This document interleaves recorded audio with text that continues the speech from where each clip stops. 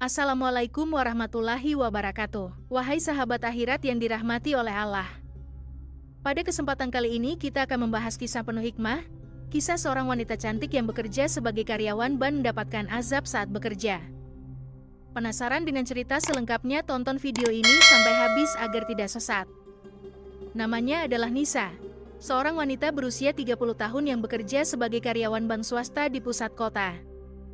Wajahnya cantik, berpendidikan tinggi, dan hidupnya terlihat sempurna dari luar.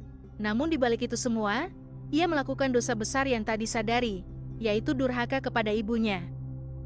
Nisa dibesarkan oleh seorang ibu tunggal, Bu Aminah, wanita tua yang hidup sederhana di kampung.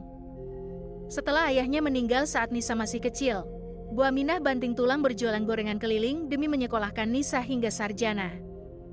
Namun sejak dia mendapatkan gelar sarjana, dia bekerja dan mendapatkan gaji yang besar dan mulai menjauhi ibunya.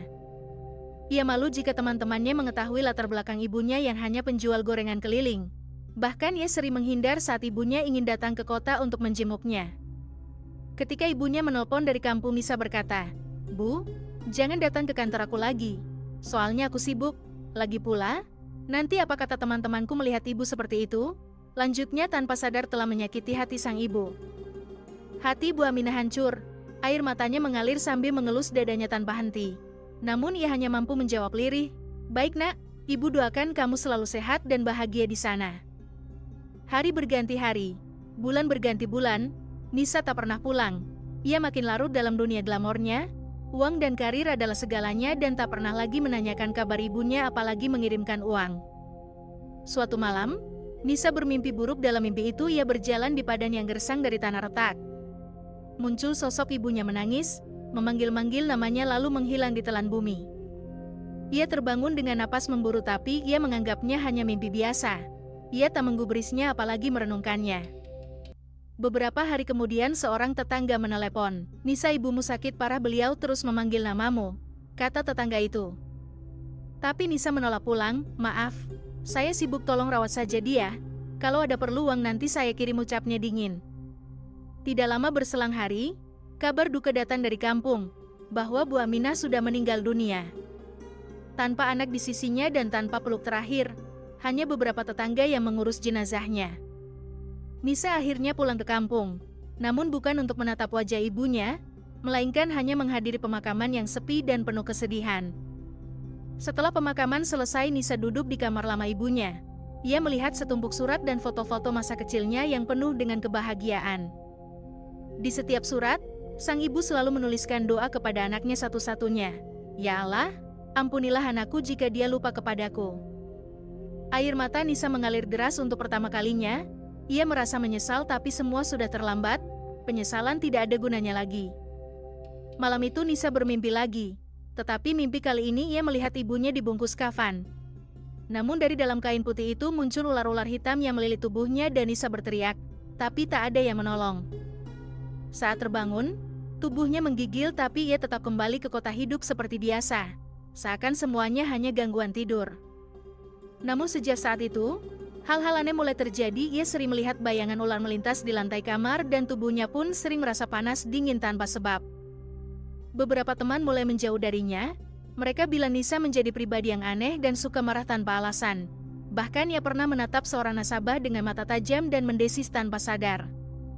Sampai akhirnya, saat sedang sendirian di ruang kerjanya, Nisa merasakan tubuhnya panas seperti terbakar. Ia jatuh ke lantai dan tubuhnya menggeliat kesakitan. Tangannya mengejang dan perlahan kulitnya berubah bersisik. Matanya berubah seperti mata reptil. Dan akhirnya badannya berubah menjadi ular. Kamera CCTV kantor merekam kejadian itu. Namun saat rekan-rekannya datang, ruangan itu udah kosong. Yang tertinggal hanyalah baju kerja dan sehelai kain putih penuh air mata. Tetapi seorang penjaga malam melihat seekor ular berkepala besar berambut panjang meliuk keluar dari gedung dan matanya seperti manusia yang menangis. Kabar itu menyebar luas di kantor. Orang-orang bilang Nisa menghilang begitu saja, dan ada yang menyebutnya durhaka kepada ibunya. Seorang tetangga di kampung mengatakan bahwa dulu Bu Aminah pernah berkata lirih, "Kalau aku mati dan anakku tak juga sadar, biarlah Allah memberinya pelajaran, meski harus dengan cara yang keras." Hingga kini, tak ada yang tahu pasti apa yang terjadi pada Nisa. tapi rumahnya di kota selalu sepi dan dingin. Konon, setiap malam Jumat terdengar desisan dari dalam. Sebagian orang tua yang tahu kisah ini menjadikannya cerita pelajaran kepada anak-anak mereka, tentang pentingnya berbakti kepada orang tua, apalagi surga ada di telapak kaki ibu. Setelah patuh kepada Allah dan Rasul-Nya, kemudian kita wajib patuh terhadap orang tua, wajib berbakti kepada orang tua, selama orang tua tidak memerintahkan kita ke jalan yang dilarang dalam Islam. Ridha orang tua sangat penting bagi seorang anak. Apabila tidak mendapatkan ridha dari orang tua, maka kehidupan yang jalani selalu mendapatkan masalah. Doa ibu adalah cahaya dalam gelap, namun jika doa itu hilang, hidup menjadi kelam, tidak ada kebahagiaan dalam kehidupan. Semoga kita semua tidak termasuk orang yang menyesal setelah kehilangan.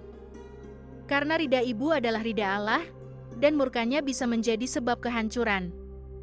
Dan Nisa, wanita sukses yang lupa akar dan kasih sayang, kini menjadi pelajaran abadi bahwa dunia bukan tempat untuk membanggakan diri, tapi untuk membalas cinta, terutama cinta seorang ibu.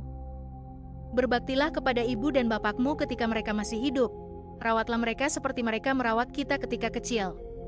Semoga kisah ini memberikan pelajaran bagi kita semua. Wassalam.